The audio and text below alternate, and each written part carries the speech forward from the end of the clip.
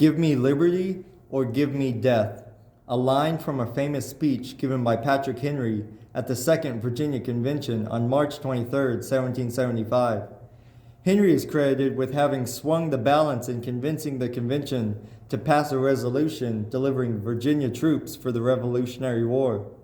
Among the delegates to the convention were future United States Presidents George Washington and Thomas Jefferson.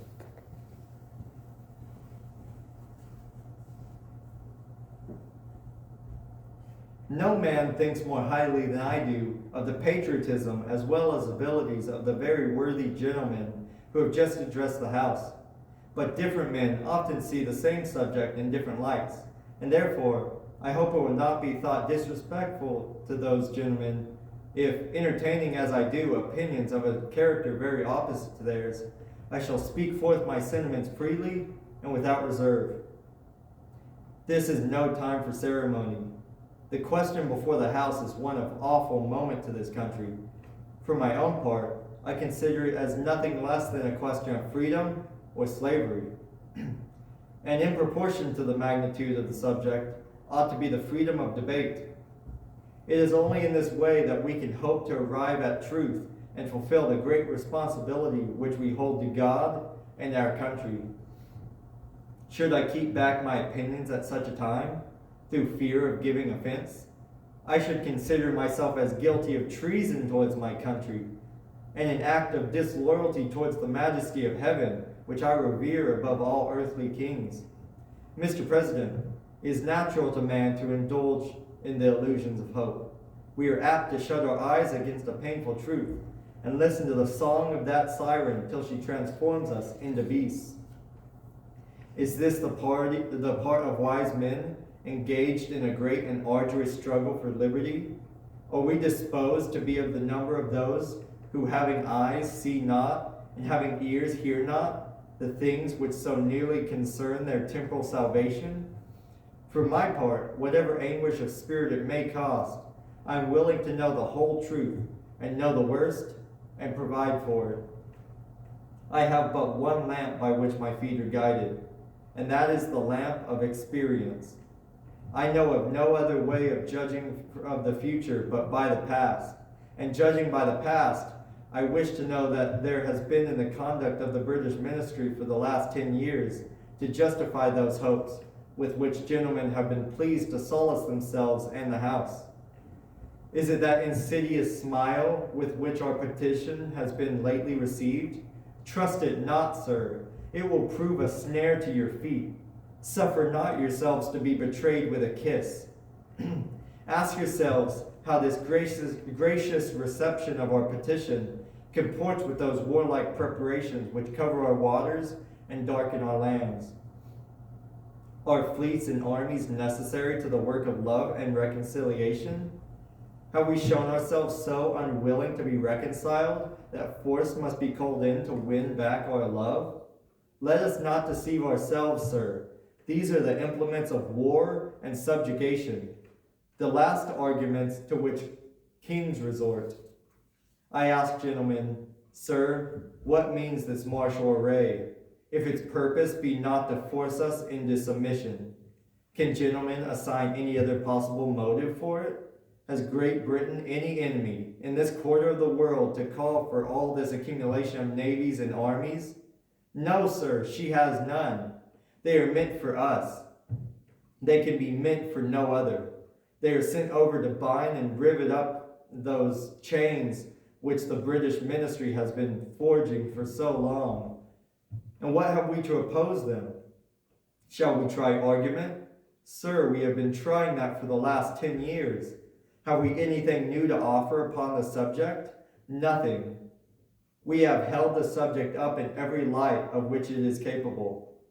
But it has all been in vain. Shall we resort to entreaty and humble supplication? What terms shall we find which have not already been exhausted? Let us not, I beseech you, sir, deceive ourselves. Sir, we have done everything that can be done to avert the storm which is now coming. We have petitioned, we have remonstrated, we have supplicated, we have prostrated ourselves before the throne, and have implored its interposition to arrest the tyrannical hands of the ministry and parliament. Our petitions have been slighted. Our remonstrances have been produced additional violence and insult. Our supplication have been disregarded, and we have been spurned with contempt from the foot of the throne. In vain, after these things, may we indulge the fond hope of peace and reconciliation. There is no longer any room for hope. If we wish to be free, if we mean to preserve and violate those inestimable privileges for which we have been so long contending, if we mean not basely to abandon the noble struggle in which we have been so long engaged, and which we have pledged ourselves never to abandon until the glorious object of our contest shall be obtained, we must fight. I repeat, sir, we must fight. An appeal to arms and to the God of hosts is all that is left us. They tell us, sir, that we are weak, unable to cope with so formidable an adversary. But when shall we be stronger? Will it be next week or next year? Will it be when we are totally disarmed and when the British Guard shall be stationed in every home? Shall we gather strength by irresolution and inaction? Shall we acquire the means of effectual resistance by lying supinely on our backs and hugging the delusive phantom of hope until our enemies shall have bound us hand and foot? Sir, we are not weak if we make a proper use of those means which the God of nature hath placed in our power. The millions of people armed in the holy cause of liberty, and in such a country as that which we possess, are invincible by any force which our enemy can send against us. Besides, sir, we shall not fight our battles alone. There is a just God who presides over the destinies of nations, and who will raise up friends to fight our battles for us. The battle, sir, is not to the strong alone. It is to the vigilant, the active, the brave. Besides, sir, we have no election. If we were base enough to desire it, it is now too late to retire from the contest. There is no retreat but in submission and slavery. Our chains are forged. Their clanking may be heard on the plains of Boston. The war is inevitable, and let it come. I repeat, sir, let it come. It is in vain, sir, to extenuate the matter. Gentlemen may cry peace, peace, but there is no peace. The war is actually begun. The next gale that sweeps from the north will bring to our ears the clash of resounding arms.